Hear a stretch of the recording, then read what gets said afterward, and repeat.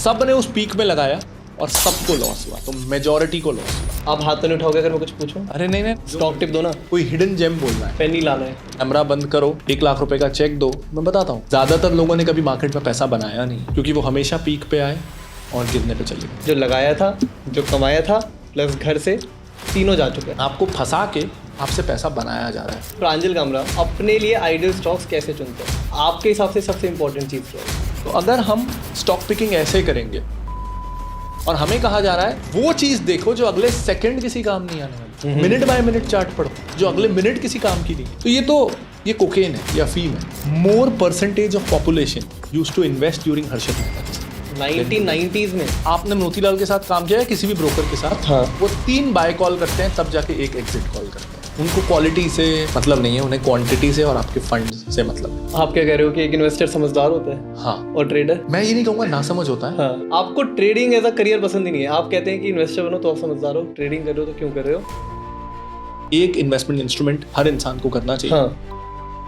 Stocks, mutual fund सबसे ऊपर। सबसे ऊपर। हमारे देश में मोदी है या कोई और, सोने के भाव को कुछ होना नहीं है। स्टॉक मार्केट कहाँ का कहाँ पहुंच जाएगा। हाँ। तो कंट्री रिस्क नहीं है, फ्लेक्सी कैप और मल्टी कैप। तो एक वो फंड और एक लार्ज कैप फंड, मोस्ट लोग सॉर्टेड। आम आदमी तो वो टिप तभी पहुंचेगी जब उसको पहुंचाया जाए, जब उसको आप पे डंप किया जाए। ऐसा करती है कंपनीज। हर्षद मेहता के समय भी यही पीरियड था जब शेयर्स रातों रात 10 गुना हो जाते थे। 6 से 8 में जिस भी इन्वेस्टर ने शुरू किया, लगभग हर इंसान ने रिलायंस पावर में निवेश किया। वो प्राइस आज तक नहीं आया। रिलायंस पावर ने रिकवर नहीं किया अभी तक। बहुत ही डेंजरस फाइनेंशियल इंस्ट्रूमेंट्स हैं लेवरेज के कारण। एफएन मतलब इंश्योरेंस में जितना गंदा, जितना गलत प्रोडक्ट है उतना ज्यादा commission. NPS, provident fund, Sukanya Samriddhi, ये कुछ ऐसे इंस्ट्रूमेंट्स हैं जो लगभग हर किसी को करने चाहिए। मेरे लिए तो फायदा है एज एन इन्वेस्टर कि हर कोई ट्रेड करता है। हर कोई अगर इन्वेस्ट करेगा तो मुझे अच्छी कंपनियां ढूंढने में ज्यादा मेहनत करनी पड़ेगी। नमस्ते नमस्कार दोस्तों, आज हमारे बीच यूट्यूब जगत और स्टॉक मार्केट के फेमस नाम और फिनोलॉजी के फाउंडर प्रांजल कामरा जी आए हैं, जिनके आगे बड़े से बड़ा दिग्गज आके बोलता है कि मैंने भी आप ही से सीखी है इन्वेस्टिंग। यही कोशिश आज हम भी करेंगे और जानेंगे मार्केट की इस हालात में क्या किया जाए। साथ ही गोल्ड, क्रिप्टो, इंश्योरेंस को टच करते हुए आपकी रिटायरमेंट प्लानिंग भी सॉर्ट करेंगे। पर चलिए पहले शुरुआत करते हैं एक इंटरेस्टिंग क्वेश्चन के साथ।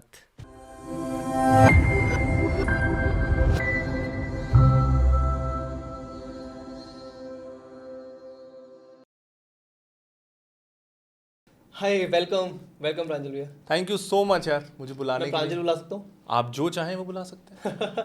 आप हाथ तो नहीं उठाओगे अगर मैं कुछ पूछूं? अरे नहीं, बिंदास आप जो स्टॉक मर्जी। टिप दो ना। मेरे पास होती तो दे देता, लेकिन मेरे पास भी नहीं होती। सच में कोई स्टॉक टिप नहीं होती, मुझे भी नहीं पता होता। मार्केट में क्यों इतना हल्ला रहता है stock tip stock tip stock tip? पैसा कमाना है लोगों को। अगर मैं लोगों को बोलूं कि मेरे पास स्टॉक टिप नहीं है, हाँ। तो मुझे पैसा कौन देगा? लेकिन अगर मैं आपको बोलूं कि इस वीडियो में नहीं बता सकता, हाँ। कैमरा बंद करो, 1 लाख रुपए का चेक दो, मैं बताता हूँ, तो मेरी इंपॉर्टेंस बढ़ेगी ना। अगर आप ये कैमरे में बोल देते तो स्टॉक टिप मेरे पास सच में नहीं है। कैमरे उसकी बात नहीं है, मेरे को लगता है दुनिया में किसी के पास होती नहीं है। अच्छा। कोई भी ये नहीं बता सकता कि फ्यूचर में कौन सा शेयर अच्छा करेगा। हाँ। आप ये कर सकते हो कि एक पॉलिसी बना सकते हो। मेरे बेस्ट प्रैक्टिसेस ये हैं। हाँ। मैं इस तरह के शेयर्स लूंगा। अब आप 20 एक प्रिंसिपल पे स्टिक करके आप 20 स्टॉक पिक करते हो ना, तो उसमें से अपने आप 2-4 स्टॉक्स अच्छा करते हैं। और अगर गलतियां हो रही हैं तो आप अपनी उस फिलॉसफी को इंप्रूव करते जाओ। प्रोसेस में कहाँ गलती हुई, so worry about the process not the results. Nice. इसी से शुरू करें। हाँ जी। तो प्रांजल कामरा अपने लिए आइडियल स्टॉक्स कैसे चुनते हैं? आपके हिसाब से सबसे इंपॉर्टेंट चीज़ क्या होती है? हीरो बनने की कोशिश ना करना सबसे ज़रूरी। तो मार्केट स्टॉक मार्केट में ना हमें लगता है कि हम पैसा कमाने के लिए आए हैं। हाँ। और हम कॉन्शियसली शायद पैसा कमाने के लिए आते हैं, लेकिन हम सब कॉन्शियसली हीरो बनने के लिए आते हैं। मतलब लोग यंग ऑफिसेज में, कॉलेजेस में होते हैं जब इन्वेस्टिंग शुरू करते हैं, या तो कॉलेज में या ऑफिस में, और वहाँ ना हमको स्टॉक का कीड़ा लगता है कॉन्वर्सेशंस से। आईपीओ आया, मैंने इतना छाप लिया, ऐसा स्टॉक में इन्वेस्ट किया, मैंने इतना छाप लिया। वहाँ से आप पढ़ना शुरू करते हो, देखना शुरू करते हो। फिर अगर आप दोस्तों के ग्रुप में जाके बोलोगे भाई एक अच्छी स्टॉक टिप दूं तेरे को, तुमने कहा दे, और मैंने 10 लोगों के बीच में बोल दिया कोलगेट ले ले, मैंने कहा अबे यार ये क्या स्टॉक टिप दी, मैं तेरे को बताता हूँ ना एक हिडन जेम। हाँ। तो तब हमको रियलाइज होता है ओ अगर मैं कोलगेट बोलूँगा तो मैं कूल नहीं हूँ, मुझे कोई ऐसा शेयर लेके आना है जो किसी ने सुना नहीं है।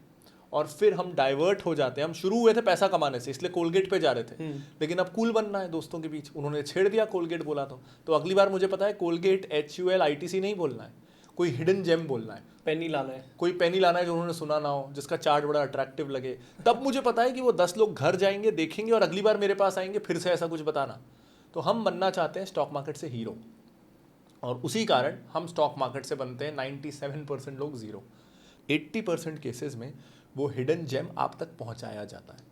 जब आपका दोस्त, आपका फूफा, आपके ताया जी अच्छा, वो बोल रहे हैं कि मेरे को ना एक इनसाइडर टिप मिली है, पक्का गारंटी, हाँ, मेरे ब्रोकर को अंदर की खबर मिली है, हाँ, आपको खुद से ये पूछना है, आप कोई स्टॉक एक्सचेंज के इनसाइडर नहीं हो, आप जाके बीएससी में नहीं बैठते, आप कोई बहुत बड़े मीडिया जर्नलिस्ट नहीं हो, वो टिप आप तक कैसे पहुंच गई? कोई क्यों आपको दे रहा है? हाँ, आप तक, एक आम आदमी तक वो टिप तभी पहुंचेगी जब उसको पहुंचाया जाए, जब उसको आप पे डंप किया जाए। कोई आप पे क्यों मेहरबान होगा? ऐसा करती है कंपनीज? जिस तरह के स्टॉक्स छोटे इन्वेस्टर्स चाहते हैं जल्दी अमीर बनना, उस तरह की कंपनियां तो ऐसा करती हैं। बड़ी कंपनियां, रिस्पेक्टेबल कंपनियां ऐसा नहीं करेंगी। अच्छा, उनको ज़रूरत भी नहीं है, उनका शेयर तो अच्छा कर ही रहा है, उसमें म्यूचुअल फंड्स का पैसा लगा हुआ है, उसमें स्मार्ट मनी लगा हुआ है। लेकिन जिस कंपनी को कोई पैसा नहीं मिल रहा है, उसको चाहिए कि मेरी शेयर्स में पैसा डालो, तो वो तो हर तरह के हथकंडे अपनाएगी कि उसके शेयर्स में भी पैसा आए। तो जो टिप आप तक पहुंचाई जा रही है वो आपको मिली नहीं है। स्मार्ट मनी चाहता है कि आप उसमें फंसो, और गैम्बलिंग में भी आप पहले 2 बार जीतते हो, कैसीनो में भी 2 बार जीतते हो, टिप में भी आप 2 बार जीतोगे, ताकि आप बड़ा बेट लगाओ। ये भी ट्रेंड है। बिल्कुल। जब आप ये बोल रहे हैं ना कि आप इस इंडस्ट्री में काम करते हैं, आप इस इंडस्ट्री को अच्छा समझते हैं, आप इसी में इन्वेस्ट करिए, पर लोग किस में करेंगे? दूसरी में। तो मैंने ये देखा है कि एक डॉक्टर ना सबसे पहले आईटी कंपनी में इन्वेस्ट करता है, और एक टीसीएस का बंदा सबसे पहले फार्मा स्टॉक खरीदता है जो आईटी में काम कर रहा है। अच्छा प्रांजल भाई, मैं जितना आपको सुन रहा हूँ ना, मेरे पूरे ऐसे मतलब मेरे को एक मेरी सोच डेवलप हो रही है पूरी, कि आपको ट्रेडर्स नहीं पसंद, आपको ट्रेडिंग एज अ करियर पसंद ही नहीं है। आप कहते हैं कि इन्वेस्टर बनो तो आप समझदार हो, ट्रेडिंग कर रहे हो तो क्यों कर रहे हो? मैं ये नहीं कहूँगा कि कोई ट्रेडिंग ना करे, अच्छा, लेकिन हमें इसे ये समझना है कि अगर कोई 60 साल का है, हाँ, उसे शुगर बीपी है, हाँ, तो वो इंसान ये समझेगा ना कि उसको माउंट एवरेस्ट पे ट्रैकिंग नहीं करनी, वो समझेगा। हाँ, उसी तरह मुझे ये लगता है कि जो हर इंसान ये सोच लेता है कि मैं ट्रेडर बनूंगा, ये आसान तरीका है पैसा कमाने का, वो है नहीं। देखो, अगर ट्रेडर बनना आसान होता, या मैं कहूँगा कुछ लोग भी उससे पैसा कमा सकते हैं, मेरे हिसाब से ट्रेडिंग में शायद 0.1% लोग एक पर्टिकुलर स्किल सेट के होते होंगे, मुझे नहीं पता वो स्किल सेट क्या है, लेकिन वो बाय डिजाइन इतना डिफिकल्ट है कि 0.1% लोगों ने ही सक्सेसफुल होना है। क्योंकि अगर ट्रेडिंग में उससे ज़्यादा सक्सेस रेट होता, बिजनेस टर्म्स में कहूँ तो ट्रेडिंग अगर स्केलेबल होता, तो मुकेश अंबानी 10 साल से समुद्र के नीचे फाइबर ऑप्टिक्स नहीं बिछा रहे होते, रतन टाटा स्टील प्लांट नहीं बना रहे होते, वो दुनिया के बेस्ट चार्ट रीडर्स को हायर करते या खुद सॉफ्टवेयर बेस्ट बनाते और पैसे से पैसा बनाते। हाँ, किसको पड़ी है समुद्र के नीचे तार बिछाते रहो, वो फोन आ रहा है तो उसके जाके सड़क की खोदो और फिर उसका केबल ठीक करो। क्यों इलॉन मस्क, जो दुनिया की हर इनोवेशन में सबसे आगे होते हैं, जो मार्स में जाने का सोच रहे हैं, वो ट्रेडिंग नहीं करते? जकरबर्ग, ये लोग जो टेक गीक्स हैं, इनसे ज़्यादा टेक्नोलॉजी, इनसे ज़्यादा पैटर्न्स एनालाइज करना, इनसे अच्छे एआई मॉडल्स, चैट जीपीटी वाला अपना सारा दिमाग मार्केट रीड करने में लगाता ना। तो ट्रेडिंग से मुझे 2 प्रॉब्लम है। अगर ट्रेडिंग हर कोई कर पाता, अपने जैसे लोग, तो दुनिया के बेस्ट लोग हार्डर रूट नहीं ले रहे होते, मेहनत नहीं कर रहे होते। और चलो मैं अजम्पशन के लिए ये मानता हूँ कि ट्रेडिंग में वो जो मैंने कहा 0.1% लोग पैसा कमाते हैं। अब वो पैसा चार्ट और पैटर्न्स देख के कमाते हैं, यानी अगर वो पैटर्न रिकग्निशन है तो वो साइंस है, और अगर वो साइंस है तो machines will do it better than us. Okay, तो जो दुनिया के फास्टेस्ट सुपर कंप्यूटर्स हैं, दुनिया के बिगेस्ट इंस्टीट्यूशनल इन्वेस्टर्स के पास, अगर आपको कोई चार्ट पैटर्न दिख गया तो वो आपका स्किल नहीं है, वो उन्होंने देख के फेंक दिया। जितने काम के पैटर्न्स थे वो यूज करके आपसे 10 सेकंड पहले कमा के निकल गए। पर मार्केट में तो हर जगह ये पैटर्न्स ही सेल हो रहे हैं।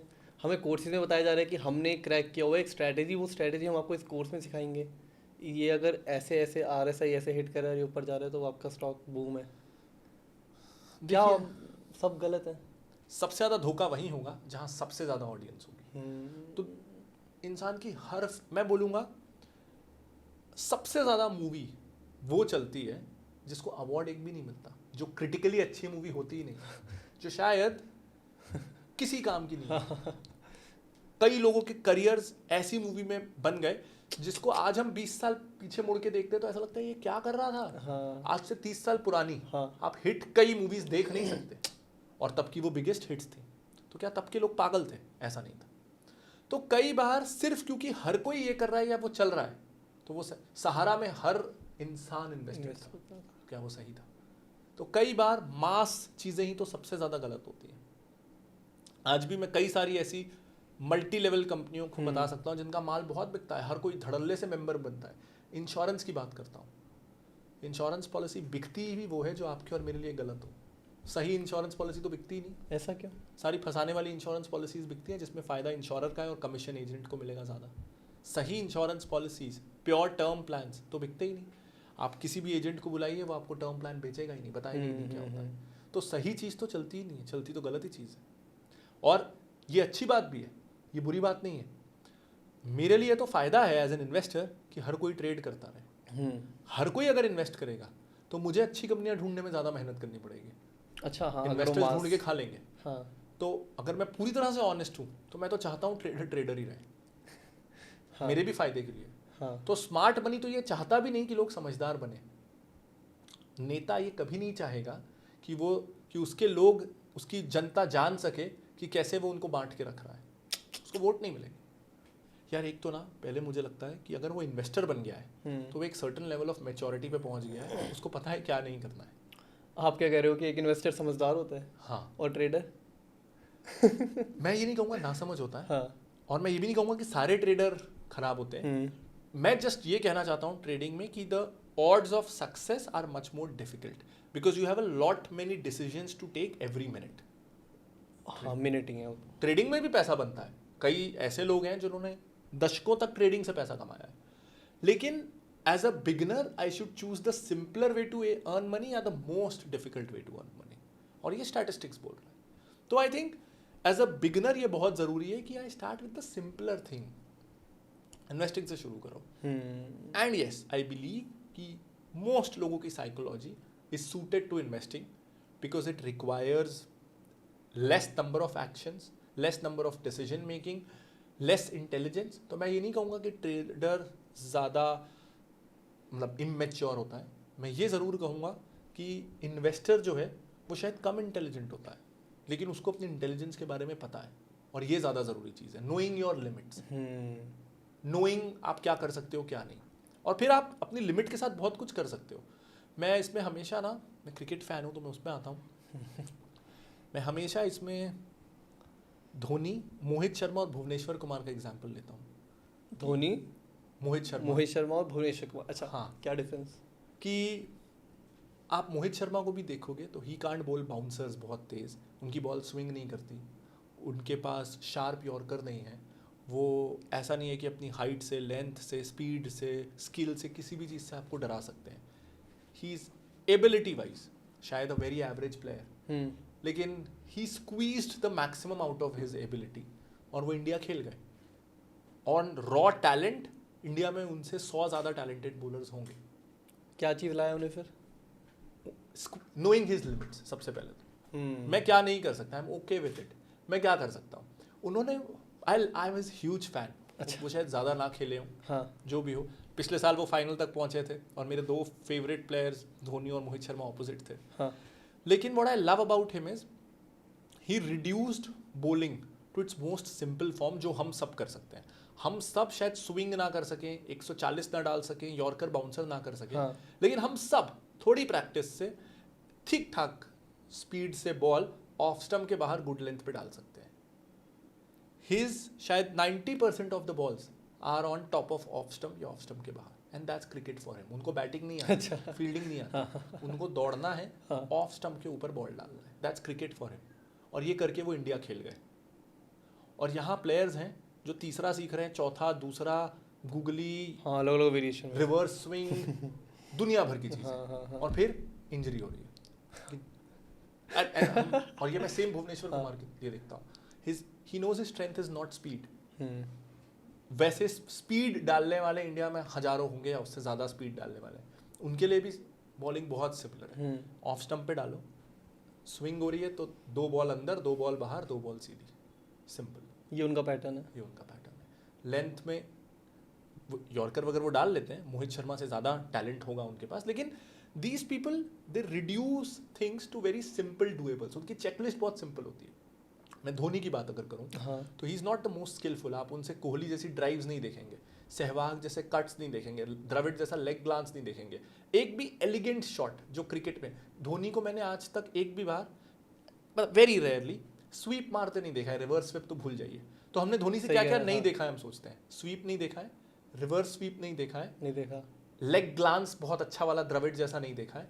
मैंने तो धोनी से पंचेस देखे हैं लेकिन फ्रंट फुट ड्राइव्स भी नहीं देखे हैं। फास्ट बॉलर को, स्पिनर को देखे हैं, लेकिन एक अच्छी सी कवर ड्राइव, अच्छी सी फुल फ्लो वाली स्ट्रेट ड्राइव, लेग ड्राइव, ये सब मैंने नहीं देखा है।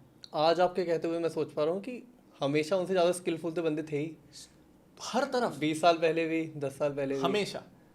और आप ये भी देखो, ऐसा नहीं है कि धोनी किसी भी बॉल को सिक्स मार सकते हैं। He needs his ball. अगर उनको वो बॉल ना मिले तो हम उनको बोल देते हैं कि वो फिनिश नहीं कर पाएगी। हाँ, उनको उनकी बॉल चाहिए मारने के लिए, नहीं तो वो नहीं मार सकेंगे। तो he is very limited in talent. जब मैं उनको डिफेंड करते देखता हूँ तो कई बार बहुत अगली लगते हैं वो, कि पूरे हिल रहा है, बैक फुट भी पूरा हिल रहा है, he is moving constantly, Rahul वगैरह। हाँ, नॉट एट ऑल एलिगेंट, हमेशा स्ट्रगल करते हुए दिखेंगे मुझे वो। लेकिन ही नोज बॉल अगर आगे है ना तो छक्का जाएगा। एक ही चीज़ है, बॉल आगे है तो छक्का जाएगा। इनफैक्ट कई क्लिप्स बहुत फेमस भी हैं जिसमें वो बाउंसर्स में, शोएब अख्तर की बाउंसर्स में उनको सर पे लग रही है, हाँ, फिर जवाब दे रहा है, जवाब देते हैं। लेकिन generally he is not as comfortable with bouncers as Sachin या रोहित शर्मा, वैसा भी नहीं है। उनका एक है, तू आगे डालेगा तो तू छक्का खाएगा, और उससे वो जिंदगी की दुनिया के सबसे अच्छे फिनिशर बन गए। Very simple. हाँ। जो मेरे को नहीं आता वो मैं कैसे भी करके रोक लूंगा, लेकिन आगे डाला तो गया।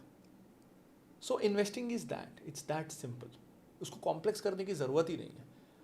इन्वेस्टिंग इज उस कंपनी में पैसा लगाना जिसको मैं मार्केट से ज़्यादा जानता हूँ और जिसके बारे में मैं रीजनेबली श्योर हूँ कि अगले 5 साल में डूबने नहीं वाली है। बस वो डूबेगी नहीं तो अच्छा ही करेगी ना, मार्केट 15% अच्छा कर रहा है, बस इट्स वेरी सिंपल। लेकिन इसका पैसा नहीं मिलेगा तो बोलना पड़ेगा ये चार्ट में ना, अब अगर फेड का रेट कट आता है तो ये चार्ट में इतने बेसिस पॉइंट्स का करेक्शन इसके बेसिस पे, एंड देन इन्फ्लेशन के नंबर्स आने वाले हैं, आरबीआई इलेक्शंस ड्यू हैं इन स्टेट्स में, जब तक ये बोलेंगे नहीं और फिर आप करोड़पति। हाँ, तो फिर पैसा नहीं मिलेगा। लोग सुनना ये चाहते हैं। बिल्कुल। आपने क्या गलती देखी है लोगों में कि यार तुम अगर इन्वेस्ट करने आ रहे हो तो तुम ये गलती क्यों कर रहे हो हमेशा, या ऐसा क्यों माइंडसेट रखा है तुमने? क्या है वो एक मतलब कुछ गलतियाँ, क्योंकि मेरे को पता है बहुत सारी होंगी वो। एक मेजर चीज़ जो मैं देखता हूँ कि हम अपनी सक्सेस को अपना स्किल बोलते हैं, हाँ। और अपने फेलियर को अपना लक बोलते हैं। और मोस्ट केसेस में होता उल्टा है। हाँ। हमारा सक्सेस हमारा लक है और हमारा फेलियर हमारा लैक ऑफ स्किल है। हाँ। तो जैसे पिछले 2-3 सालों में मार्केट अच्छा कर रहा है, हाँ। और हर इन्वेस्टर अपनी सक्सेस को अपना स्किल बोल रहा है, लेकिन कोविड के बाद से जो इन्वेस्टर्स आए हैं उन्होंने तो मार्केट का बुरा समय देखा ही नहीं। और मैं किसी को डरा नहीं रहा कि आने वाला है, नहीं आएगा, मुझे नहीं पता, मैं क्यों चिंता करूँ। I believe in not worrying about the uncontrollable. तो मार्केट बढ़ता है या गिरता है ये मेरे कंट्रोल में नहीं है, तो मैं सोचता नहीं हूँ, लेकिन कभी ना कभी तो गिरेगा ना, जो ऊपर जाता है उसे नीचे आना है। Most investors are not ready for it, they have not seen it. उनको बस ये दिखा कि 30,000 से 70,000 पहुँचे हैं। हाँ। 2-2.5 साल में डबल से ज़्यादा, 2.5 गुना रिटर्न। तो उन्होंने अभी तो उनका ना रिस्क मैनेजमेंट अच्छा नहीं है, उन्होंने सीखा नहीं है, उनकी गलती नहीं है, गिरने पे ही सीखेंगे। लेकिन आई सी अ लॉट ऑफ पीपल की जो अभी चलता है कि IPO आ रहा है तो लगा ही दो, 5-10 हज़ार रुपये बन सब में लिस्टिंग गेन लेके निकलेंगे। हिस्टोरिकली 10 में से 7 IPO बुरा करते हैं लिस्टिंग डे पे भी। ऐसा पिछले 2 सालों में नहीं हुआ है, लेकिन पिछले 2 सालों में नहीं हुआ, ऐसा नहीं हुआ है। और वैसे जनरल लेकिन पिछले 40 सालों का डेटा ये है, पिछले 2 सालों में उल्टा हुआ है, हाइप है। तो ऐसे 2-3 साल के पीरियड्स आते हैं। हर्षद मेहता के समय भी यही पीरियड था, क्या, जब शेयर्स रातों रात 10 गुना हो जाते थे। इनफैक्ट एक स्टैटिस्टिक्स ये भी है, और ये बहुत शॉकिंग है, कि अगर मैं परसेंटेज टर्म्स में बात करूं, आबादी तब कितनी थी और अब कितनी थी, तो statistically more percentage of population used to invest during Harshad Mehta के समय, 1990s में, जब ऑनलाइन अकाउंट ओपनिंग नहीं थी, ऑनलाइन स्टॉक मार्केट नहीं था, मेरे जैसे दिन भर इन्फ्लुएंसर स्टॉक मार्केट के बारे में नहीं बोलते थे, 24 आवर न्यूज़ चैनल्स नहीं थे, तब भी वो हवा इतना बन गया था।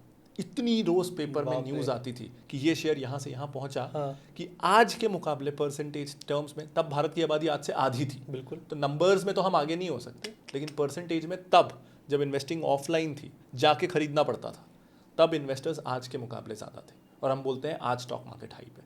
तो सोचिए कि ये जो सारी हाइप है ये मार्केट मूवमेंट से कितनी लिंक्ड है। हाँ। और फिर इसीलिए जब ज़्यादा लोग जुड़ते हैं तो जितना मार्केट ऊपर जाता है उतने ज़्यादा लोग जुड़ते हैं, यानी सबसे ज़्यादा लोग पीक में जुड़ते हैं। यानी जब मार्केट गिरता है तो मोस्ट लोगों को नुकसान होता है, क्योंकि मोस्ट लोग पीक में जुड़े थे और वो बोलते हैं मार्केट जुआ है और अपनी अगली जनरेशन को अगले 20 सालों के लिए रोक देते हैं। तभी वो जनरेशन की थिंकिंग अभी तक है, क्योंकि तब उन्होंने इन्वेस्ट किया था। बिल्कुल। और तभी हम सबके परिवार में एक किस्सा है कि उस चाचा के, उस फूफा Correct. के या उसके रुपए डूबे थे। बिल्कुल। और उसके बाद वो समय आया था 2007-8 में, फिर क्या? जब हर किसी ने रिलायंस पावर में पैसा लगाया था। अच्छा। क्योंकि उसके पहले के 2 साल फिर से बहुत अच्छे थे, बहुत ही अच्छे थे। और अगेन 2000, और तब तक एक और प्रॉब्लम हो गई थी इंडिया में, हर्षद मेहता पुराना हो गया था, 15-16 साल हो गए थे, वो लर्निंग चली गई, एक नई पीढ़ी आ गई थी। उन्होंने सब बढ़िया देखा था, क्योंकि .com बबल का इम्पैक्ट भारत में उतना नहीं हुआ था जितना दुनिया में हुआ था। हमारे लिए 2007-8 वाला क्रैश बहुत बड़ा था, लेकिन उस जनरेशन ने काफ़ी समय तक बहुत बड़ा झटका नहीं खाया था। तो अगेन ओवर कॉन्फिडेंस, आप 2006 से 8 में जिस भी इन्वेस्टर ने शुरू किया, हमारी चाचा वाली जनरेशन कुछ ऐसी, लगभग हर इंसान ने रिलायंस पावर में निवेश किया था। वो प्राइस आज तक नहीं आया, 18 साल हो गए। रिलायंस पावर ने रिकवर नहीं किया अभी तक, वो प्राइस के आसपास भी नहीं है। अच्छा। लेकिन हर किसी का पैसा डूबा, और अनफॉर्चुनेटली अगेन वही पीरियड था जब हर फ्रेशर को लगता था कि वो स्टॉक मार्केट एक्सपर्ट है, तो सब ने उस पीक में लगाया और सबको लॉस हुआ, तो मेजॉरिटी को लॉस हुआ। तो आयरॉनिकली हम 40 साल में 100 के लेवल से आज 70,000 पे आ गए, 100 से 70,000। लेकिन ज़्यादातर लोगों ने कभी मार्केट में पैसा बनाया नहीं है, क्योंकि वो हमेशा पीक पे आए और गिरने पे चले गए। बहुत सिंपल है। अच्छा। हम हमारे क्लाइंट्स के लिए भी, खुद के लिए भी बहुत सिंपल रखते हैं। हाँ। सीक्रेट बोलते हैं आज? कोई सीक्रेट है ही नहीं। अच्छा, बता। और पता है जो सीक्रेट बोल रहा है ना, वो बेवकूफ़ बना रहा है। अच्छा। क्योंकि ऑनेस्टली वॉरेन बफेट हर साल शेयर होल्डर्स को लेटर लिखते हैं और एक जनरल मीट करते हैं, वहाँ वो अपनी हर चीज़ बताते हैं। तो कितने वॉरेन बफेट बन गए इंडिया में? उन्हें कॉपी करके बन जाएंगे कितने? हाँ। कोई बना? कोई नहीं बना। तो हर साल एक आदमी 50 साल से अपने सीक्रेट्स बता रहा है, तो कौन बन गया? क्योंकि the problem is investing is an art, और आर्ट में कॉपी करने का मतलब होता है उतनी मेहनत करना, उतने घंटे देना। वो अगर धोनी आके बता भी दे कि वो धोनी कैसे बने, हाँ। तो आपको उतने घंटे प्रैक्टिस करनी पड़ेगी। धोनी ने अब शायद 30 साल प्रैक्टिस की होगी, तो वो घंटों के बिना कोई धोनी बन नहीं सकता। तो इसलिए कोई सीक्रेट्स होते नहीं है इन्वेस्टिंग में। फिर आप क्या प्रैक्टिस करते हो? तो हम लोगों का इन्वेस्टिंग बहुत ही सिंपल है। अच्छा। Invest in what you know, उसमें गलती कम होती है। तो जैसे मुझे क्या पता है, हाँ, डीपली बताना। ठीक। हाँ, मुझे क्या पता है? मुझे पता है साबुन बनाने में कंपनी अच्छी कौन सी है, हर किसी को पता होता है। पड़ोसी कौन सा साबुन यूज़ कर रहा है, रिलेटिव्स बचपन से हम कौन सा साबुन देख रहे हैं, टूथपेस्ट ज़्यादातर लोग कौन सा यूज़ कर रहे हैं, जूते कौन से पहन रहे हैं, शर्ट आजकल कौन सा चल रहा है, मॉल में जाओ तो डीमार्ट में कितनी भीड़ होती है। हाँ। ये बेसिक चीज़ें सबको पता है। तो कंज्यूमर ड्यूरेबल्स के स्टॉक या वाइट गुड्स के स्टॉक या FMCG स्टॉक, ये तीन, जैसे मैं यहाँ आया, हम अभी बाहर मिले तो मैंने सबसे पहले ऊपर देखा कि AC कौन सा लगा है, तो यहाँ डाइकिन का AC लगा है। तो it's a clue to me. और नेचुरली इनका मार्केट शेयर इंडिया में नंबर 1 है, कमर्शियल ACs में इंडिया में 50% मार्केट शेयर है, तो इट्स अ वैलिडेशन कि हाँ 50% है। मैं जहाँ भी देखता हूँ सच में मुझे आधी जगह डाइकिन का AC दिखता है। तो ये मेरी रिसर्च चल रही है, ये लिस्टेड नहीं है, सबकॉन्शियसली चल रही है। हाँ, ये रिसर्च चल रही है हमेशा, हर जगह। मैंने आपके कैमरे का ब्रांड भी देखा है। अच्छा। तो I am constantly watching this. अब ये 3 चीज़ें मुझे लगता है ज़्यादातर लोग जानते हैं कि आजकल टीवी, फ्रिज, AC किसका चल रहा है। अगर आप देखने लगो, हम साबुन शैम्पू किस चीज़ का कर रहे हैं, और तीसरा एक हमारा प्रोफेशन क्या है। तो जैसे मेरे प्रोफेशन में मैं नेचुरली ब्रोकर्स से, म्यूचुअल फंड से, इन लोगों से टच में आता रहता हूँ, इंश्योरेंस कंपनियों से, कुछ IT कंपनियों से जो फिनटेक में काम करती हैं। तो I as an individual by my profession, मैं मार्केट में फिनेंस कंपनियों के बारे में एक एवरेज आदमी से ज़्यादा जानता हूँ। हाँ, बिकॉज ऑफ माई प्रोफेशन। ठीक है। तो मुझे ये पता है कि naturally because of my position मैं मार्केट को फिनेंस रिलेटेड कंपनियों में बीट कर सकता हूँ। तो मेरा आधा पोर्टफोलियो 30-40% का पोर्टफोलियो फाइनेंस कंपनियों में लगेगा, पूरा BFSI सॉर्ट ऑफ। इसके अलावा 30-40% सिंपल कंपनियों में, कंज्यूमर ड्यूरेबल्स में, कोलगेट किसका चल रहा है, पेस्ट किसका चल रहा है, साबुन किसका चल रहा है, एसी फ्रिज किसका चल रहा है, कपड़े जूते स्टोर कहाँ भीड़ है, ये सिंपल चीज़ें। उसके अलावा फिर 20-30% पोर्टफोलियो ये होता है जो आप डीप रिसर्च करना चाहते हो, जो आप बड़े फाइनेंस प्रोफेशनल के जैसे कुछ पिक करना चाहते हो कि आपने स्क्रीनर्स कोई चलाया और देखा उसमें क्या निकल के आया, ऐसा। लेकिन वो कम होता है। 80% मेरा पोर्टफोलियो मेरी जनरल नॉलेज से होता है। तो अगर हम स्टॉक पिकिंग ऐसे करेंगे कि हम डेली लाइफ में किन ब्रांड से कनेक्ट करते हैं, हम में से हर किसी के घर में कोई ना कोई बैंक में काम करता है, हम उनसे पूछ सकते हैं आपका बैंक कैसा चल रहा है, आपका राइवल बैंक कौन सा है, कौन सा बैंक आपके क्लाइंट्स को ज़्यादा खींच के लेके जा रहा है, या कहाँ से आपके यहाँ क्लाइंट आ रहे हैं अकाउंट खुलवाने, किसकी सर्विस से वो सेटिस्फाइड नहीं है। हर किसी की पहचान में कोई ना कोई डॉक्टर होता है, उससे कभी ना कभी हम पूछ सकते हैं आजकल किसका मार्केटिंग वाला ज़्यादा आ रहा है। अच्छा, फार्मा के लिए आजकल डायग्नोस्टिक में कौन ज़्यादा कमीशन दे रहा है, हॉस्पिटल में किसके पास सबसे अच्छे डॉक्टर हैं, बेसिक सवाल। तो इस तरीके से अगर हम इन्वेस्टिंग करेंगे तो हम नेचुरली खराब कंपनियों को एलिमिनेट कर देंगे। तो investing is not about picking the best stocks, अच्छा, it's about eliminating the bad ones. वही। और मतलब जब हम देखते हैं ऐसी वीडियोज आ जाती हैं कि इन 5-6 पैरामीटर को देख लो मतलब ROE को देख लो, डेट टू इक्विटी देख लो, MCAP देख लो, ये देख लो, और स्टॉक पिक करो और इन्वेस्ट कर दो। हाँ, तो वो कितना ट्रू रखता है अपने आप में? सबको व्यूज चाहिए, हाँ, सबको पॉपुलर होना है, हाँ। लेकिन अगर इन्वेस्टिंग आर्ट है तो इसको हम आज आर्ट के जैसे समझेंगे कि क्रिकेट में कोई बोल दे कि ये 5-6 शॉट सीख लो और आप अच्छे बैट्समैन बन गए, ऐसा नहीं होता है। आर्ट में अगर मैं संगीत की बात करूं तो स्वर तो साथ ही हैं, ताले भी कुछ लिमिटेड अमाउंट ही है, लेकिन उन स्वरों से और उन तालों से कोई क्या करता है, उसी से वो अच्छा आर्टिस्ट, बुरा आर्टिस्ट और बहुत अच्छा आर्टिस्ट कहलाता है। क्रिकेट बहुत सिंपल है, बल्ले से गेंद को मारना है, लेकिन उस बेसिक से कौन क्या करता है उससे वो डिफाइन होता है। तो I think once your basics are clear, तब दुनिया की सारी चीजें is about this, your temperament. तो we have to focus on our temperament. फंसना नहीं है, लालच में नहीं आना है, पैनिक नहीं करना है, ये बेसिक। और ये सुनने में बहुत बेसिक लगती है लेकिन कई बार हम इंटरनेशनल लेवल क्रिकेटर्स को भी, इंटरनेशनल लेवल आर्टिस्ट को भी, फुटबॉलर्स को भी, किसी भी स्पोर्ट्स पर्सन को प्रेशर में पैनिक करते देखते हैं जी।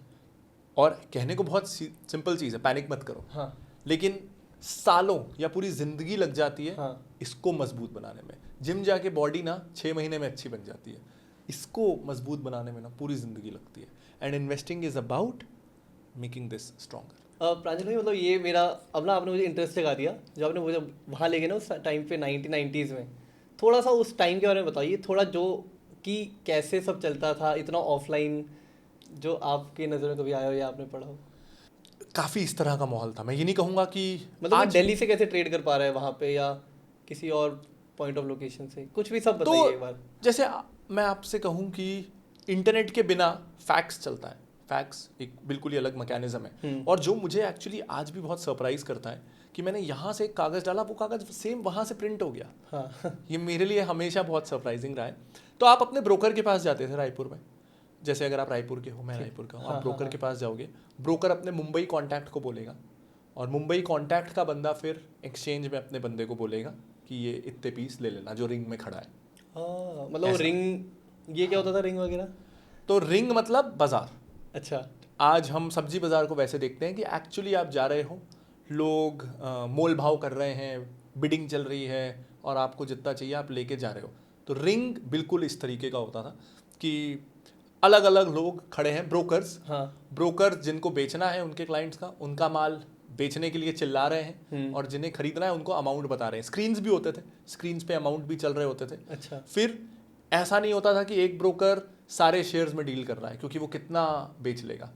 तो अगर आपको ये शेयर लेने जाना है तो आप इन ब्रोकर्स के पास जाओ। अच्छा, शेयर वाइज भी स्प्लिट होता था। हर ब्रोकर कुछ करते होंगे बड़े ब्रोकर्स, लेकिन हर ब्रोकर हर शेयर में काम नहीं करता था।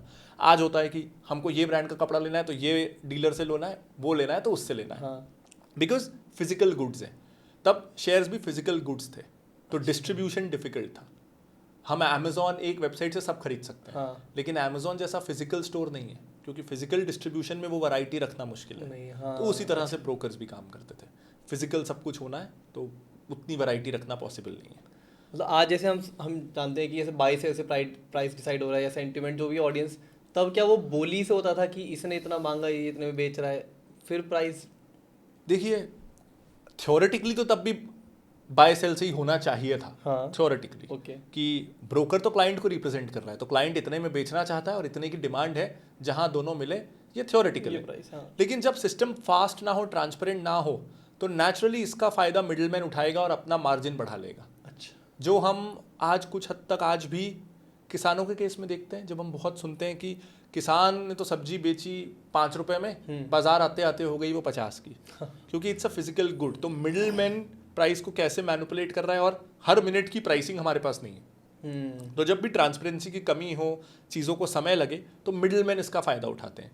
तो आई एम श्योर कि ब्रोकर्स भी तब फ़ायदा उठाते होंगे और उन्हें ये सिस्टम कुछ खास पसंद नहीं होगा।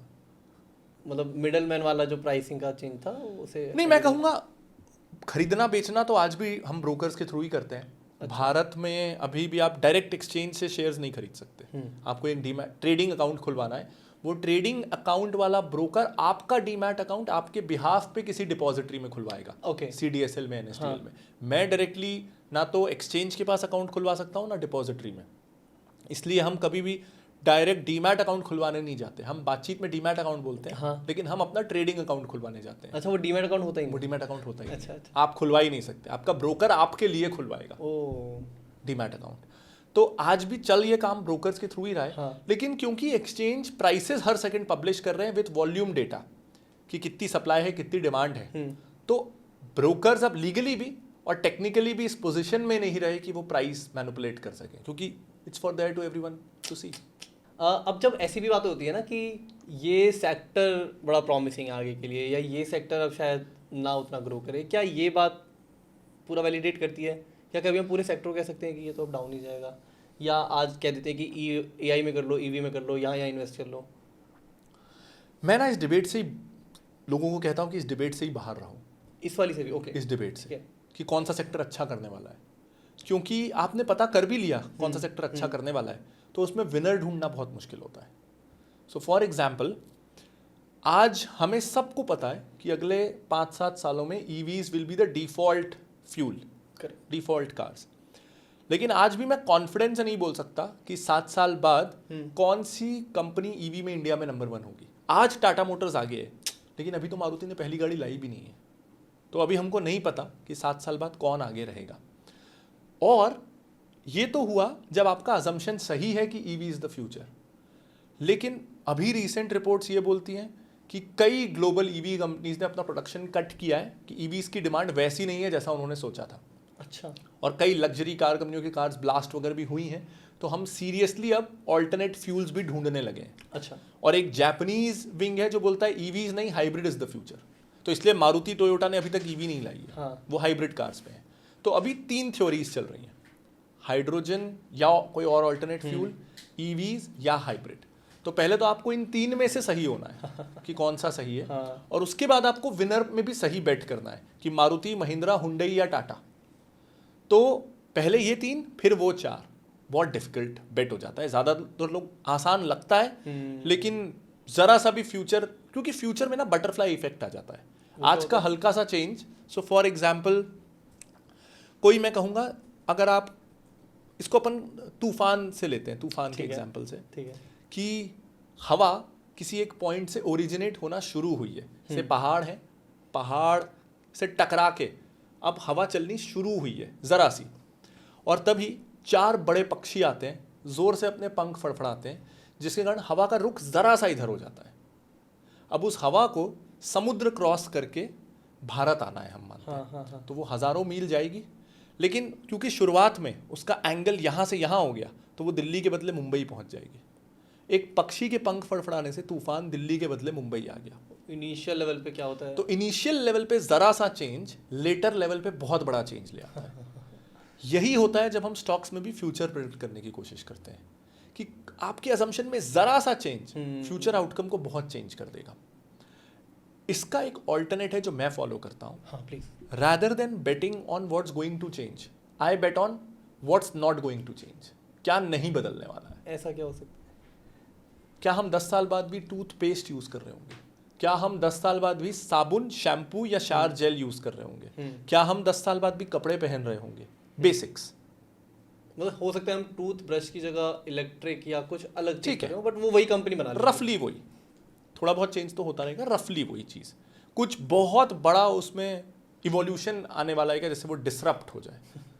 तो स्लो चेंजिंग इंडस्ट्रीज जैसे टेक्सटाइल इंडस्ट्री में थोड़ा बहुत हम स्वेट फैब्रिक की क्वालिटी को भूल जाएं तो पिछले शायद 50 साल में कोई चेंज नहीं आया, कुछ सिंथेटिक वैरायटीज़ के अलावा, सॉरी, तो कुछ खास चेंज नहीं आया। बहुत सारी ऐसी इंडस्ट्रीज़ हैं जिसमें सालों साल मैं कमर्शियल जेट्स का एग्जांपल लूँ। अच्छा। एयरबस 320, बोइंग 737, तो ये कहा जाता है कि एक्सेप्ट फ्यूल एफिशिएंसी जो बढ़ गई कुछ हद तक 15-20%, A320 के बदले नियो आ गया, लेकिन जेट्स की स्पीड वही है, डिज़ाइन वही है, और 30-40 सालों में प्लेन्स में लगभग कुछ भी नहीं बदला। और ये तो सपोजिटली ऐसी चीज़ है जो हर रात बदलनी चाहिए। हाँ, सबसे टेक्नोलॉजिकल एडवांसमेंट है हमारा। आजकल अब मैं बोलूँ पिछले 10 सालों में टीवीज़ में क्या बदल गया। हम कर्व टीवी से फ्लैट में आए, फ्लैट से एलसीडी में आए, एलसीडी से एलईडी में आए। अब एलईडी में आप ओलेड बोल लो, मिनी एलईडी बोल लो, फुल एलईडी बोल दो या क्वाड एलईडी बोल दो, बेस लेवल टेक्नोलॉजी सेम है। एलईडी टीवीज जितने बड़े चेंजेस पहले होते थे अब होना बंद हो गए जी। हम आज से 5 साल पहले हर साल एक रेवोल्यूशनरी फ़ोन देखते थे, अब हर फ़ोन एक कांच का स्लैब है। जब तक मुझे एग्जैक्ट पता ना हो मैं बता नहीं सकता ये फ़ोन कौन सा है। सारे एंड्रॉयड और आईफोन्स एक जैसे दिखेंगे। पहले हर आईफोन में ऐसा लगता था अब नया क्या आएगा। तो टेक्नोलॉजी मैच्योर हो रही है। जब टेक्नोलॉजी मैच्योर होती है तो it's easier to predict a winner, और दूसरा it's difficult for competition to disturb competition. Okay, कि कुछ चेंज ही नहीं है तो मैं किस बेसिस पे लीडर को चैलेंज करूं। प्रैक्टिकल है। हाँ। और जब बहुत जल्दी चेंज हो रहा है तो मुझे हर समय एक लूप होल मिल रहा है जिससे मैं लीडर बन सकता हूँ। सो स्लो चेंजिंग इंडस्ट्रीज जो मैच्योर हो रही हैं वहाँ पे आज के लीडर 90% मैं श्योर हूँ कि वो कल के लीडर भी रहेंगे, जो मैच्योरिटी में आ चुके हैं ऑलमोस्ट अपने। जो हुआ मारुति के साथ। हाँ। वंस वो 80s अर्ली 90s में पेट्रोल कार में लीडर हो गई, कंपटीशन के लिए इम्पॉसिबल हो गया उसको डिसरप्ट करना, टिल ईवी केम। अब ईवी में क्या होता है वी डोंट नो, लेकिन जब तक बेस लेवल टेक्नोलॉजी वही थी इट्स वेरी डिफिकल्ट। टाटा अगर ट्रक में लीडर है तो टाटा ही ट्रक में लीडर है, उसका मार्केट शेयर 4-5% ऊपर नीचे हो सकता है टेम्पररी डिसरप्शन से। लेकिन मैं अब 5 साल से सुन रहा हूँ कि हार्ले डेविडसन आ रही है, रॉयल एनफील्ड को प्रॉब्लम है, महिंद्रा जावा ले आई है इसको प्रॉब्लम है, बजाज इसके साथ टाई अप कर लिए, रॉयल एनफील्ड को प्रॉब्लम है। कोई प्रॉब्लम हुई नहीं इतने सालों में। थोड़ा बहुत मार्केट शेयर कंपटीशन से असर ज़रूर पड़ता है, लेकिन आज भी क्रूज़र बाइक मतलब रॉयल एनफील्ड ही है, क्योंकि टेक्नोलॉजी में डिसरप्शन नहीं है। वहाँ पे लोगों को ईवी भी नहीं चाहिए, वही आवाज़ ही चाहिए जो आईसी इंजन से ही आएगी। माइलेज भी नहीं चाहिए, माइलेज भी नहीं चाहिए, फीचर्स भी नहीं चाहिए। So how do you disrupt? तो स्टेबल इंडस्ट्रीज में कंपटीशन से कंपनी प्रोटेक्टेड रहती है और विनर प्रेडिक्ट करना आसान होता है। अब आपके कहने पे मैं सोच रहा हूँ कि सच में मतलब ऐसी कोई बहुत बड़ी टेक्नोलॉजिकल चीज़ें नहीं है। लाइक एशियन पेंट्स भी कुछ बहुत अलग नहीं बना रहा और उसके कंपटीशन कुछ कम नहीं बना रहे, बट बिल्कुल क्यों? अच्छा, इसका क्या रीज़न है कि मतलब क्या लोगों के मतलब वो मेंटेलिटी वही रहती है कि हमें वही ट्रस्टेड ब्रांड है वही खरीदना है? ये पूरा इमोशनल ड्रिवन चीज़ है या क्या है? क्या I think more than that it's fear कि यार जब एक नया प्लेयर भी सेम चीज़ दे रहा है और टाटा भी वही दे रहा है तो मैं टाटा से ले लेता हूँ, मैं तेरे पे बेट क्यों करूँ? अच्छा हाँ, भाग गया तो, डूब गया तो दोनों तो सेम चीज़ दे रहे हो, दोनों का प्राइस भी सेम है, मैं उससे ले लेता हूँ। सो आपको डिसरप्शन लाने के लिए कुछ ऐसा देना पड़ता है या जो कोई और नहीं दे रहा, या इस भाव पे देना पड़ता है जो कोई और नहीं दे रहा, तभी डिसरप्शन आता है। लेकिन सैचुरेटेड इंडस्ट्रीज में ये करना पॉसिबल नहीं होता। तो आप कह रहे हो कि आगे के 10 साल पे बैट करने की जगह अभी जो मैच्योर हो चुकी है या लगता है आगे के 10 साल पे ही बैट करना है, बस बैट इस बात पे करना है कि क्या नहीं बदलने वाला है। मतलब जब हमने शुरुआत की थी पॉडकास्ट तब मैं कुछ ऐसा सोच रहा था कि आप करंट अफेयर या न्यूज़ को भी बहुत लिंक नहीं करते अपने स्टॉक से। बिल्कुल भी नहीं। अच्छा, ये सच है? मैं न्यूज़पेपर नहीं पढ़ता। आप करंट अफेयर न्यूज़पेपर मैं या फाइनेंस न्यूज़पेपर नहीं पढ़ता। जनरल मुझे थोड़ा बहुत पॉलिटिक्स स्पोर्ट्स पढ़ने का शौक है। स्टॉक्स के लिए नहीं पढ़ते? मैं मेरे फ़ोन पे ना एक ब्रोकिंग ऐप है ना एक फाइनेंस न्यूज़ ऐप है।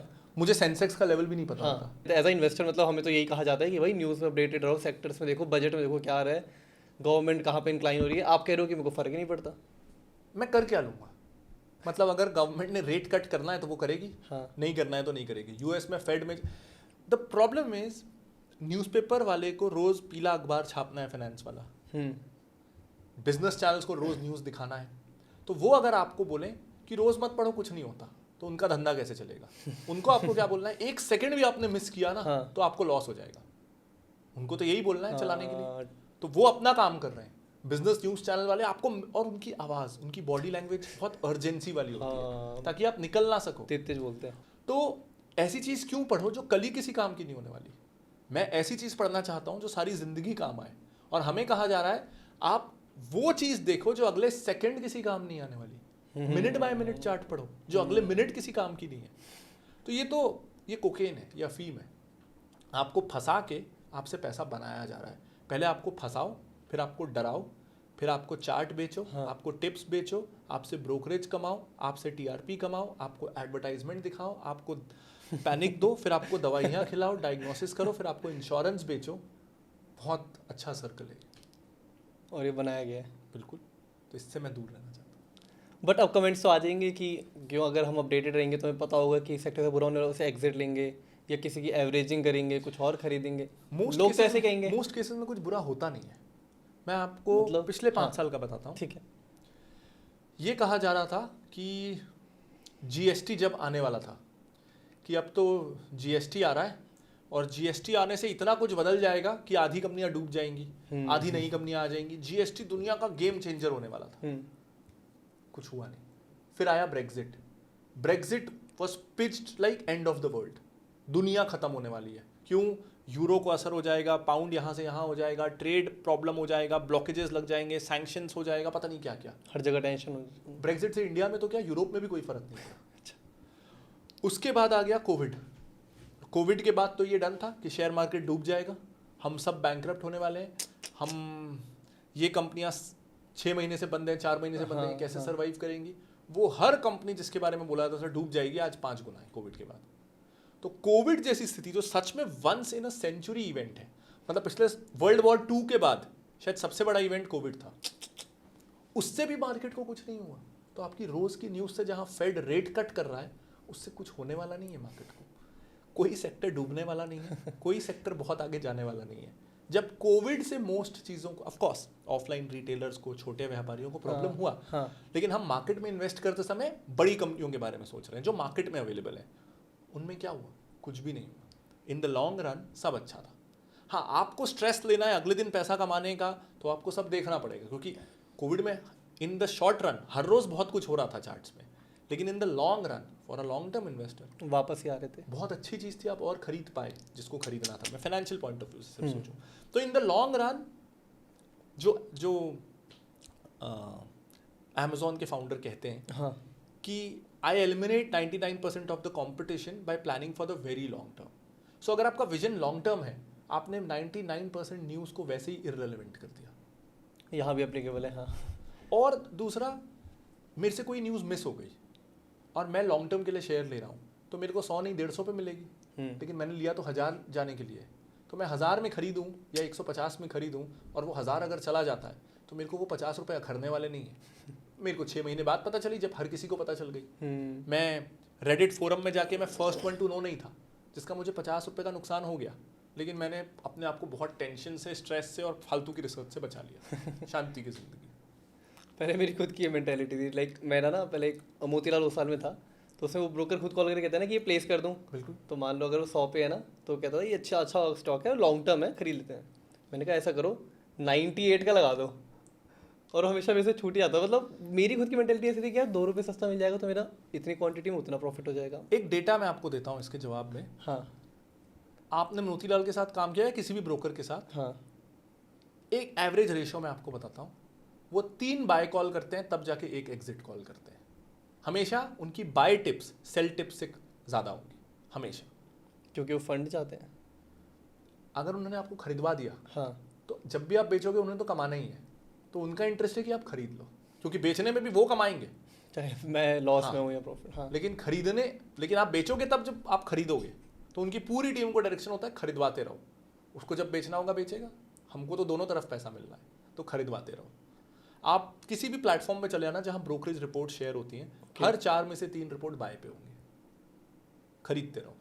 सेल पे उनको क्वालिटी से, मतलब नहीं है, उन्हें क्वांटिटी से और आपके फंड से मतलब है। पहले क्यों ऐसा कहा जाता था कि बैंक के साथ मत खुलवाओ, या मतलब चार्जेस ज़्यादा होते थे, यही रीज़न था? चार्जेस थोड़े ज़्यादा होते थे।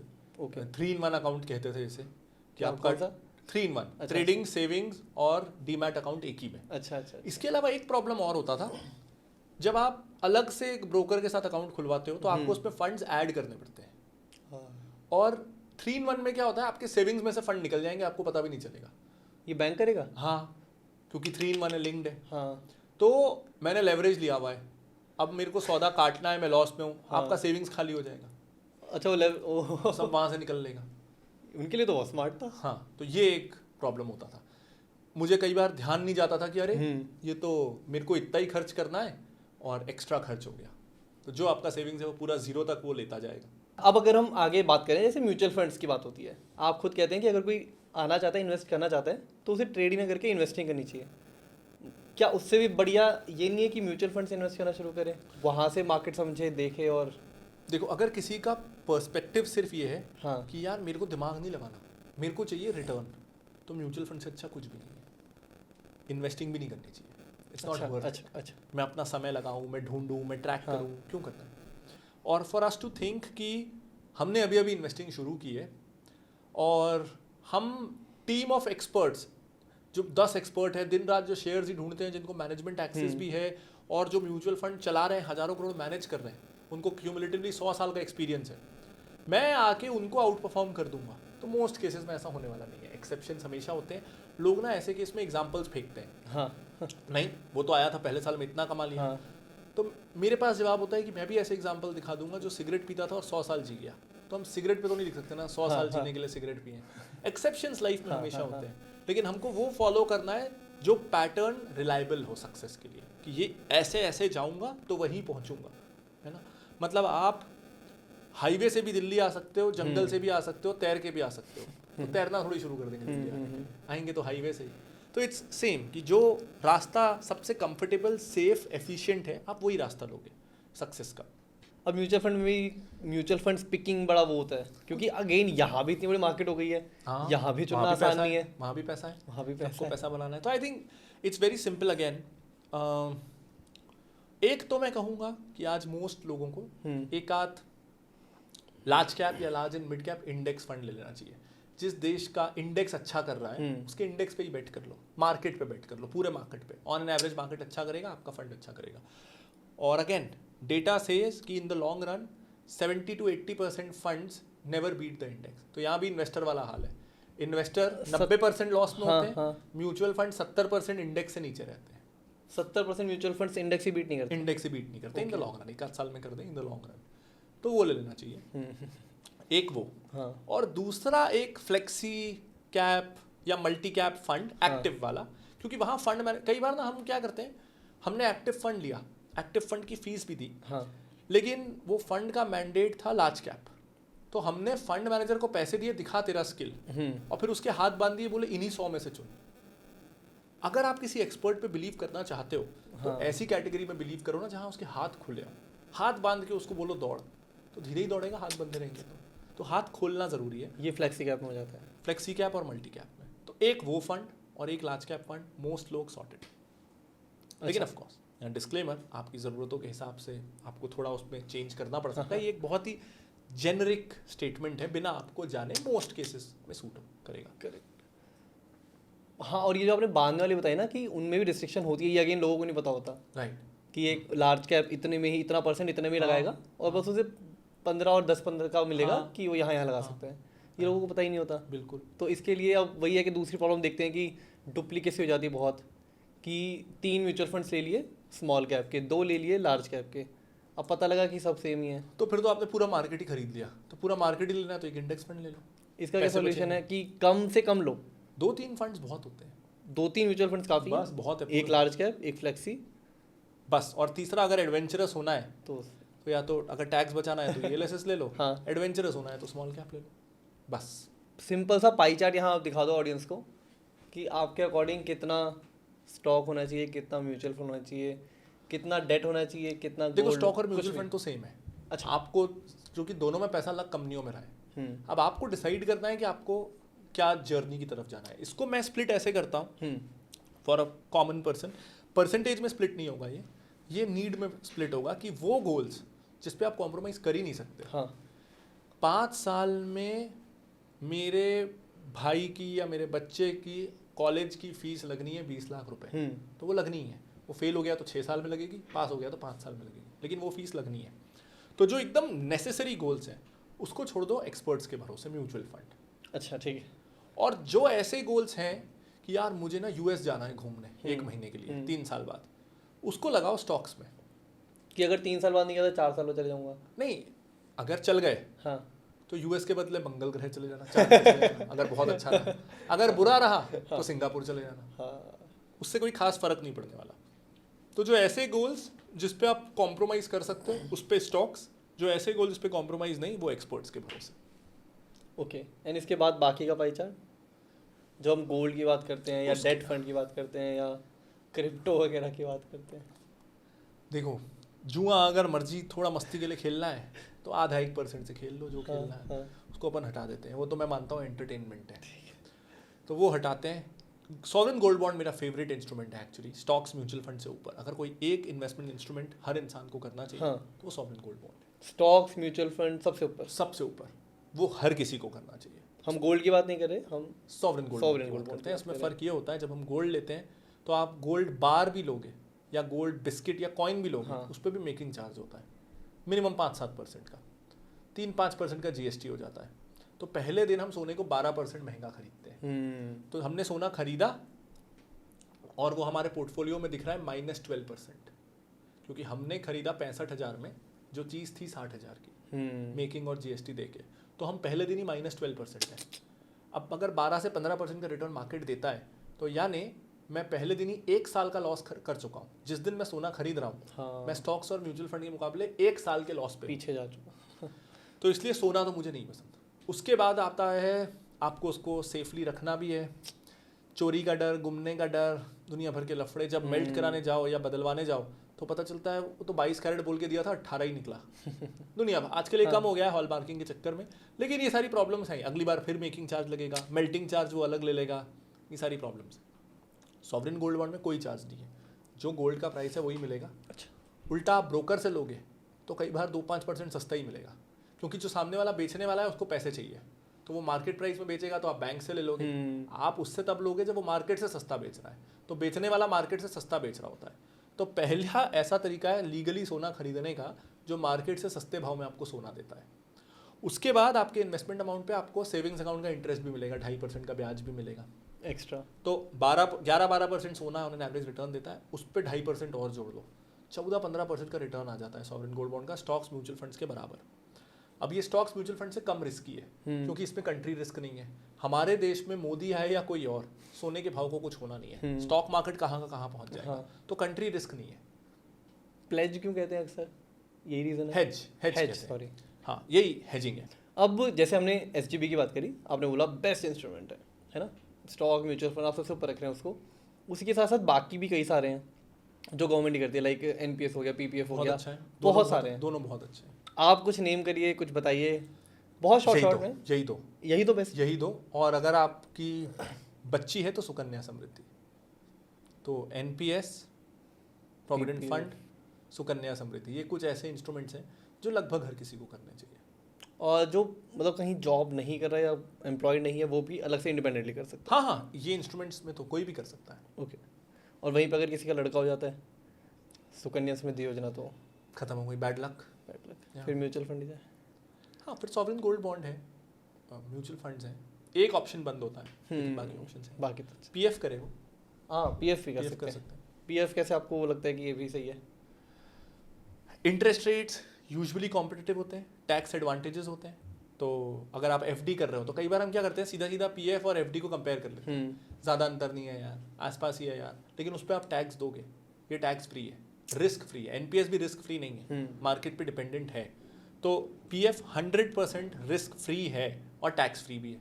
और लॉक इन ऐसा है कि आप डिसिप्लिन रख लोगे। तो कई इंस्ट्रूमेंट्स में ना लॉक इन होना बहुत ज़रूरी होता है। हम हाथ पैर मारते हैं बॉन्ड में 7 के बदले 8% कमाने के लिए, 8 के बदले 9% कमाने के लिए, फिर उसमें टैक्स देके वापस 7% पे पहुंचते हैं। तो शांति से पीएफ करो, और जो मुझे पता है रिटर्न आने वाला है वो मिलेगा। अच्छा इंस्ट्रूमेंट है।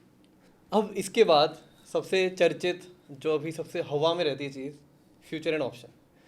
मैं अपने हर अगले दोस्त से जब मिलता हूँ ना प्रांजल भाई, तो कुछ ऐसा होता है, पहले महीने मिल रहा हूँ और वो कह रहे हैं अरे यार F&O शुरू कर दिया है, 40-50 हज़ार बना लिया है, और ऐसा महीने का नहीं बनाया है, ये हफ्ते का बनाया है। तेरा भाई हफ्ते ऐसे ही करेगा, F&O करके घर बैठेगा। मैं उसी बंदे से अगले महीने मिलता हूँ, वो कहता है जो लगाया था, जो कमाया था, प्लस घर से, तीनों जा चुका है।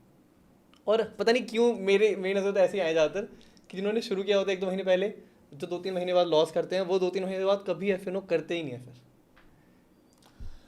तो वॉरेन बफेट इसे कहते हैं weapons of mass destruction more dangerous than a nuclear weapon. Okay, तो बहुत ही डेंजरस फाइनेंशियल इंस्ट्रूमेंट्स हैं लेवरेज के कारण। F&O जी, जब हम बिगनर्स लक की बात करते हैं, कई चीज़ों में बोला जाता है कि बिगनर्स लक है, तो एक दिन मैं बैठा सोच रहा था कि बिगनर्स लक, क्या सच में ऐसा कोई कंसेप्ट हो सकता है beginner's luck? And I realised beginner's luck के पीछे एक साइंटिफिक लॉजिक है, and that is lack of anchoring. मैं अभी घुसा हूँ ना, मेरे दिमाग में ये कुछ नहीं है कि जैसे आज ना मैं कोई भी शेयर देखने जाता हूँ, ऐसा लगता है 6 महीने पहले तो यार इस भाव पे मिल रहा था, आज इस भाव पे। हाँ मैं अपने हर डिसीजन को एंकर कर रहा हूँ उसके प्रीवियस प्राइस से। हाँ, जो हम वॉच लिस्ट में रख के देखते Correct. रहते हैं। जो आज ही घुसा है उसके लिए तो बेस ही आज है, उसका कोई एंकर ही नहीं है, तो वो फ्री होकर डिसीजन ले रहा है। अगले महीने उसका क्या एंकर है? मैंने ना यार इस इंस्ट्रूमेंट में लॉस किया था, इसमें फायदा, फिर से यही करूंगा।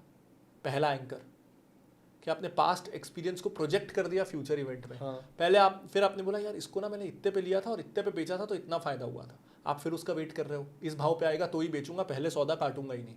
सेकंड एंकर, तो ये एंकरिंग के कारण फिर लॉस होना शुरू होता है, और यही बिगिनर्स लक बन जाता है। बिल्कुल, कि स्टार्टिंग में हम कुछ हाँ, सोचते ही नहीं है। हाँ, हमें पता ही नहीं होता हाँ, कि ये स्टॉक तब कितने पे था। राइट।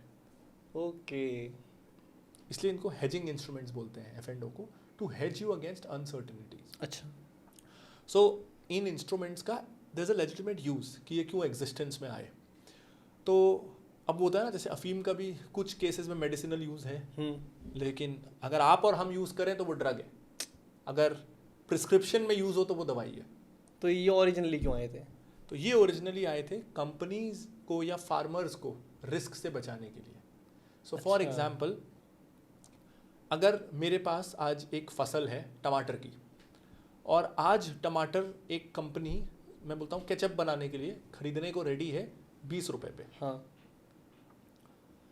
अब मैं ये सोच रहा हूँ कि आज जुलाई है, पिछले साल अगस्त में ना टमाटर पहुँच गया था 40, तो मैं रुकता हूँ 1 महीना तो मेरे को 40 रुपए मिलेगा।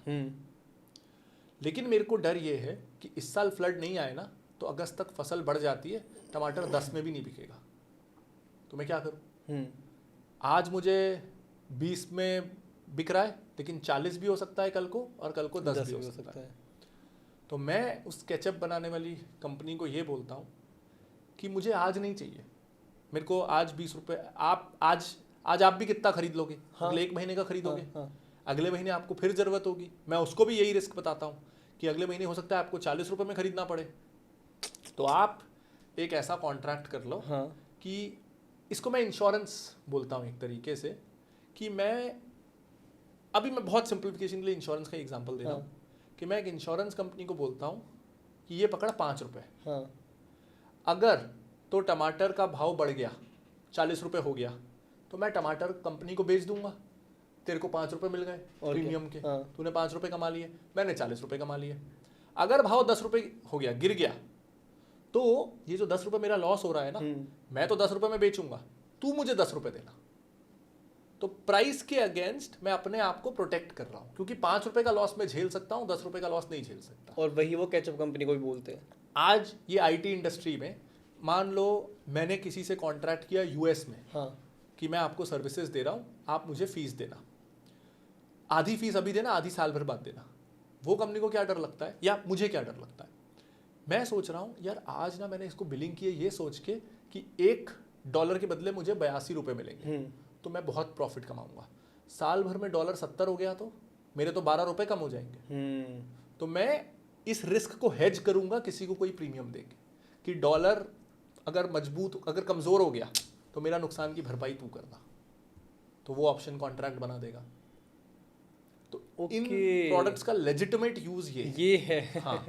और इन सौदों को हम जुए जैसे खरीदते रहते हैं बिना जाने कि फसल कैसी होती है, करेंसी मूवमेंट्स कैसे होते हैं, हम चार्ट देख के इनको खरीदते तो इसमें कुछ बैरियर, एंट्री बैरियर तो होना चाहिए इस हिसाब से, बट वो भी नहीं है। रहते। एंट्री बैरियर मुझे पता नहीं है, कई इंस्ट्रूमेंट्स में लॉट साइजेस हैं। हाँ मतलब जो वही पैसों का ही बैरियर है, बस पैसों का ही बैरियर, वो जो मीट कर लेते हैं आ जाता है। बिल्कुल। अवेयरनेस शायद अच्छी रहे तो यहाँ पे समझदारी आए।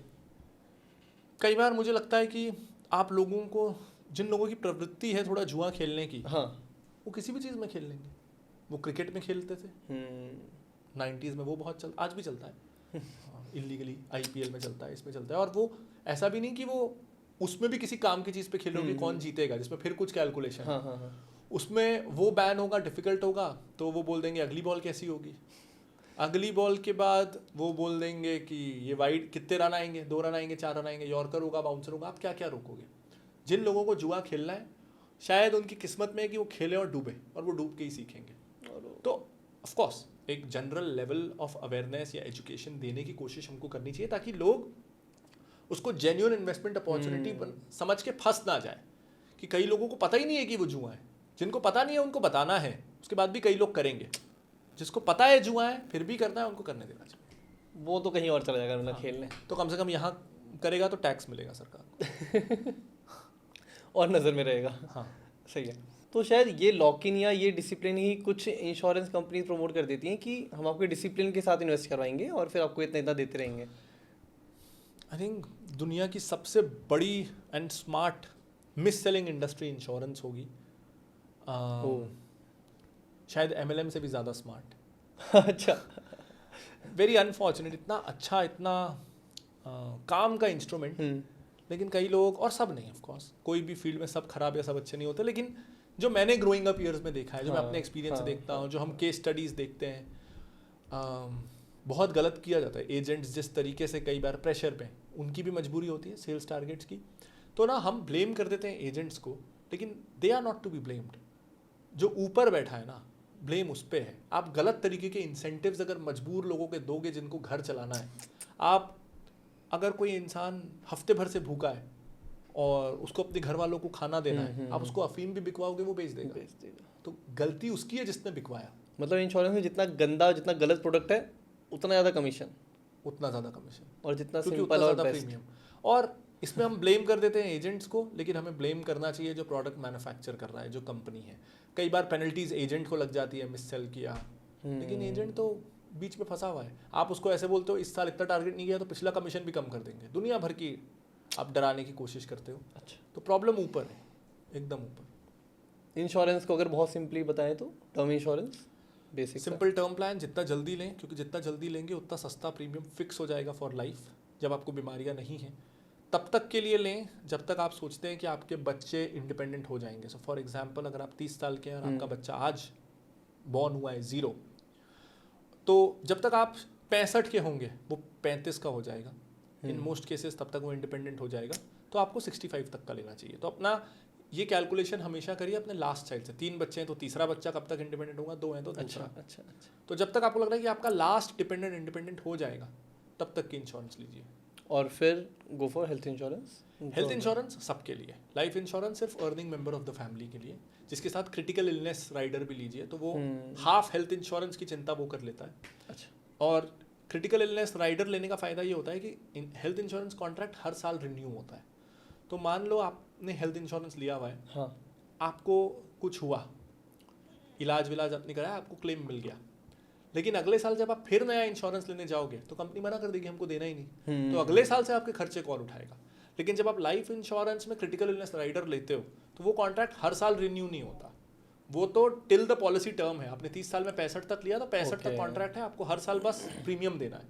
तो आपको कोई बीमारी हो भी जाती है तो क्रिटिकल इलनेस राइडर देने से कोई आपको मना नहीं कर सकता, क्योंकि वो पॉलिसी तो अब जिंदगी भर चल रही है। तो ये फ़ायदा है, और प्रीमियम फिक्स हो जाता है। हेल्थ इंश्योरेंस में आपको बीमारी है, अगले साल प्रीमियम डबल हो जाएगा। लेकिन हेल्थ इंश्योरेंस भी बहुत ज़रूरी है और हर फैमिली मेम्बर के लिए आपको लेना ही चाहिए। तो इन्वेस्टमेंट प्लानिंग, फाइनेंशियल प्लानिंग बहुत सिंपल है।